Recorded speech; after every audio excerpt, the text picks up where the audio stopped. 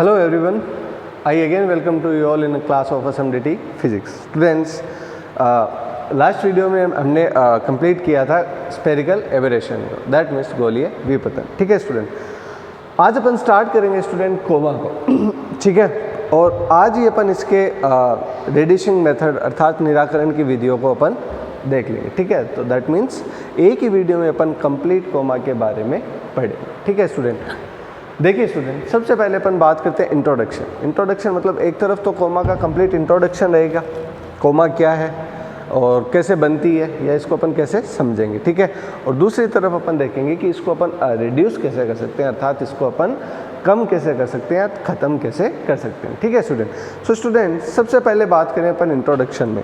तो इंट्रोडक्शन में सबसे पहले अपन बात करेंगे इसकी डेफिनेशन क्या है, अर्थात क्या कहता है कोमा के बारे में, मतलब जो डेफिनेशन है वो क्या कहती है कोमा के बारे में. ठीक है स्टूडेंट, तो देखिए स्टूडेंट सबसे पहले अपन बात करें परिभाषा. तो परिभाषा में अपन लिखेंगे मुख्य अक्ष से हटकर. मुख्य परिभाषा पूछ सकता है स्टूडेंट कोमा की, मुख्य अक्ष से हटकर, दैट मीन्स कि कोई भी बिंब मुख्य अक्ष से हटकर बिंब, देखो चलो मैं लिखा देता हूँ, मुख्य अक्ष से हटकर बिंब के प्रतिबिंब की, बिंब के प्रतिबिंब की अस्पष्टता. ठीक है, प्रतिबिंब की अस्पष्टता कोमा कहलाती है. अस्पष्टता कोमा कहलाती है.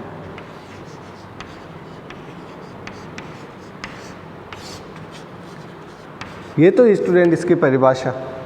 इसको अपन और भी सिंपल वे में लिख सकते हैं. अपन लिख सकते हैं कि जब हमारा बिंब मुख्य अक्ष पे ना हो, ठीक है, जब हमारा कोई बिंदु बिंब, ऐसे बोल सकते हैं पॉइंट ऑब्जेक्ट मुख्य अक्ष पे ना हो और उसका प्रतिबिंब जो बने वो क्लियर ना बने, अर्थात उसमें क्या हो, कुछ ना कुछ विकार हो या मतलब कुछ ना कुछ उसमें कमी हो या अशुद्धता हो, तो ये चीज़ क्या कहलाती है, कोमा. क्या कहलाती है, कोमा. देखिए इसको अपन समझेंगे एक डायग्राम से. उससे पहले अपन थोड़ा सा वापस समझेंगे स्फेरिकल एबरेशन को, अर्थात गोलीय विपतन को. देखिए ये दोनों लगभग सेम है, बस एक छोटा सा डिफरेंस है कि स्फेरिकल एबरेशन किस पे होता है स्टूडेंट, मेन एक्सिस पे. किस पे होता है, मेन एक्सिस पे. और जो कोमा होती है वो मेन एक्सिस के परपेंडिकुलर बोल सकते हैं, मेन एक्सिस के परपेंडिकुलर. कैसे, देखिए स्टूडेंट हमने पढ़ा था गोलीय स्फेरिकल एबरेशन में कि जब कोई पॉइंट ऑब्जेक्ट का जो इमेज जो फॉर्म होता है वो पॉइंट ऑब्जेक्ट ना हो, मतलब एक से अधिक पॉइंट बन गए या कुछ सर्कल्स से बन गए, तो वो क्या कहलाता है स्फेरिकल एबरेशन, है ना. ठीक है स्टूडेंट, देखिए, और पॉइंट ऑब्जेक्ट को हमने लगभग समथिंग लाइक दैट ऐसे कुछ पढ़ा था. ठीक है, कि यहाँ पे क्या बन रहे थे, कुछ सर्कल बन रहे थे. ठीक है, दो किरणें भी पड़ी थी, सीमांत तथा उपाक्षीय किरणें भी हमने पढ़ी थी. ठीक है, सीमांत और उपाक्षीय किरणों को पढ़ते हुए हमने क्या किया था, गोलीय एबरेशन स्फेरिकल एबरेशन को कंप्लीट किया था. ठीक है, स्फेरिकल एबरेशन में बस इतना ही होता है कि जो ये पॉइंट है वो यहाँ पे बनता है.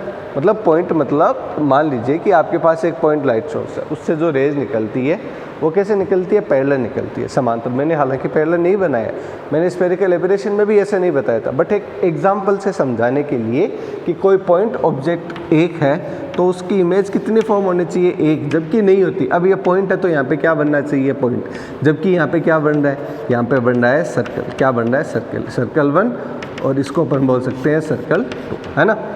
लेकिन ये कहाँ पे होता है, ये मेन एक्सिस पे. बस इतना ये समझाने के लिए मैंने ऐसे बनाया, जबकि मैंने उस टाइम ऐसे नहीं बताया था, अभी बता रहा हूँ. ठीक है, बस ये समझाने के लिए कि ये मेन एक्सिस पे बनता है और ये मेन एक्सिस से क्या बनेगा, हटकर.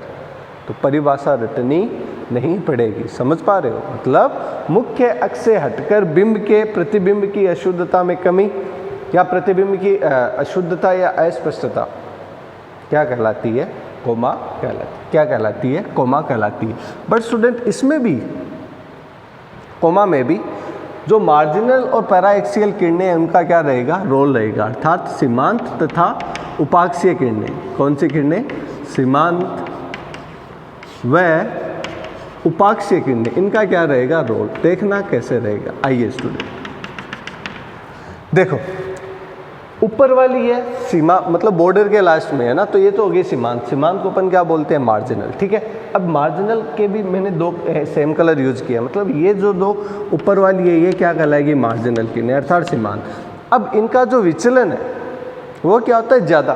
तो स्टूडेंट यहाँ पे जो विचलन होगा वो ज़्यादा होगा, तो यहाँ पे जो सर्कल जो बनेगा देखिए वो भी क्या बनेगा, ज़्यादा बनेगा। इसका मतलब जो यहाँ पे सर्कल बनेगा B3 के द्वारा वो कितना बनेगा, मैक्सिमम बनेगा, बड़ा बनेगा। अर्थात ये जो सर्कल बना है ये किसकी वजह से बना है, आपको पता हो तो, जैसे मान लीजिए सीमांत किरणों की वजह से या मार्जिनल रेज की वजह से। ठीक है, फिर ये सीमांत, ये भी सीमांत, बट ये क्या है जस्ट थोड़ी सी पास में, तो इसका जो सर्कल बनेगा वो B1 से बड़ा और B3 से क्या होगा, छोटा। तो ये लीजिए यहाँ पे हमने क्या बना लिया, एक दूसरा सर्कल बना दिया। ये क्या बना, B2।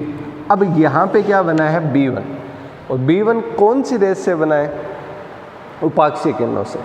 उपाक्षीय मतलब अपन कह सकते हैं कि थोड़ा सा हालांकि गलत हो जाएगा, बट सिंपल अपन बोले तो अक्ष के ऊपर, उपाक्षीय, अक्ष से ऊपर। ठीक है, तो होता है कि जो अक्ष के जस्ट पास में हो, यहाँ पे देखो ये तो होगी उपाक्षीय, ये क्या होगी, सीमांत, है ना।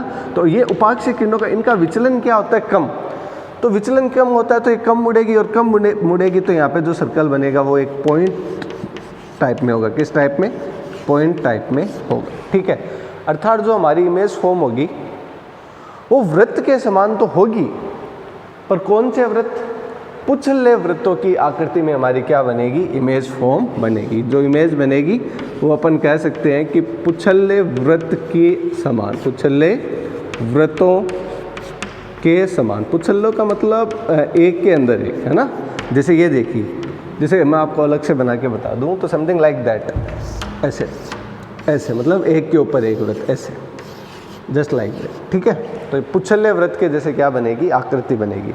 बट इसमें समझने लायक एक अच्छी बात ये है कि सर पॉइंट सोर्स लिए है, मतलब जस्ट लाइक एक पॉइंट, बिंदु सोर्स, है ना, ऐसे छोटा सा। अब इसका जो इमेज फॉर्म होना चाहिए वो पॉइंट ही होना चाहिए ना, जबकि ऐसा नहीं हो रहा। हमने स्टार्ट किया था एवरेशन को, उसमें 2-3 बातें पढ़ी भी थी हमने कि साइज़ लगभग सेम रहे, कलर सेम रहे, पॉइंट है तो पॉइंट दिखाई दे, है ना। या एक चीज़ ऐसे कि जैसे मान लीजिए कि आप कांच के सामने खड़े हो, तो जितनी दूरी पर आप कांच के सामने खड़े हो आपकी इमेज उतनी ही पीछे बने। तो ये कुछ 3-4 क्या थी कंडीशन हमने पढ़ी थी।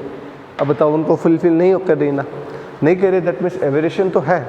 एवरेशन का मतलब विपतन, और विपतन का मतलब अशुद्धता या अस्पष्टता, एकदम सिंपल वर्ड में। ठीक है, तो यहाँ पे अशुद्धता है, बट कौन सी, पुच्छल्य वृत्तों के समान, और इस अशुद्धता को अपन क्या बोलते हैं, कोमा। क्या बोलते हैं, कोमा। ठीक है, आई होप कोमा में आपको जितना डेफिनेशंस वगैरह जितनी भी थी मैंने बता दिया। आई होप आपको ये क्लियर हो गया होगा। अब अपन बात करते हैं मेथड ऑफ रिड्यूसिंग कोमा, अर्थात कोमा के निराकरण की विधियाँ। तो निराकरण की विधियाँ 3 टाइप से है, वो मैंने यहाँ पे मेंशन कर रखी है। सबसे पहले विधि क्या कहती है कि यदि आपको एक ऐसा लेंस ले रहे हो, ठीक है, तो उस लेंस को आप इस हिसाब से बनाओ कि कोमा क्या हो, कम हो। तो उसके लिए कंडीशन लिख रखी है। कंडीशन क्या है स्टूडेंट, समझना बहुत सिंपल है, समझ में आ जाएगा। देखिए कैसे, जैसे मान लीजिए कि आपने कोई एक लेंस लिया, ठीक है। अब इनकी क्या होती है, R1 R2 दो क्या होगी, त्रिज्या ही होगी, वक्रता त्रिज्या होगी। ठीक है, अब वक्रता त्रिज्या को इस हिसाब से लेना और लेंस का अपवर्तनांक इस हिसाब से लेना है कि कोमा क्या हो, कम हो। तो उसके लिए कंडीशन क्या है कि आपको अपवर्तनांक लेना है कितना, 1.5। ठीक है, आपको जो डाइलेक्ट्रिक कांस्टेंट है उसकी वैल्यू, मतलब यहाँ पे जो आप अपवर्तनांक लोगे इस लेंस का वो कितना आना चाहिए, 1.5। और दूसरी बात स्टूडेंट, यहाँ पे जो आप R1/R2 का जो रेशियो लोगे, अर्थात दोनों त्रिज्याओं का जो अपवर्तनांक लोगे, ठीक है, सॉरी अनुपात जो लोगे वो कितना होना चाहिए, 1/9, अर्थात 1:1। मतलब ये हो गया कि एक यदि लगभग ऐसा है, ठीक है, तो दूसरा लगभग इसका 9 गुना, लगभग कितना होना चाहिए, इसका 9 गुना बड़ा होना चाहिए। और दोनों क्या होनी चाहिए, अपोजिट। अपोजिट का कैसे पता चला कि दोनों अपोजिट होने चाहिए, वो ऐसे पता चलता है कि आगे क्या लिखा हुआ है, माइनस। माइनस का मतलब एक की वक्रता त्रिज्या दूसरे के क्या होगी, अपोजिट होगी।